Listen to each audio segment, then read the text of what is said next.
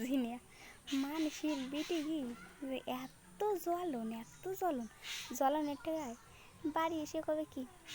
এ তো শাউরিরই মা কষ কেন। তারপরে আমি তো অবাক, আমি কই কি কই কি হ তো শাউরিরই মা কষ কে আমাকে মাকে বেশ করতে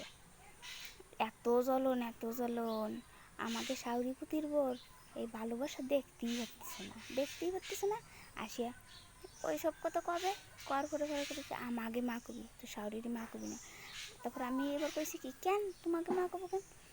হয় আমাকে মা কবি আমাকে বিটার তো মা কয়ে ডাক দেয় না, মাও কয় না কিছুও না, তুই মা কোষ কি সুন্দর তোর শাউরির সাথে ভালো সম্পর্ক আর আমাদের সাথে কোনো সময় তাই একটু ভাব করে না, আর তুই কি করিস। তাহলে বোঝো কেমন জ্বলন, মানে জ্বলতিছে আরে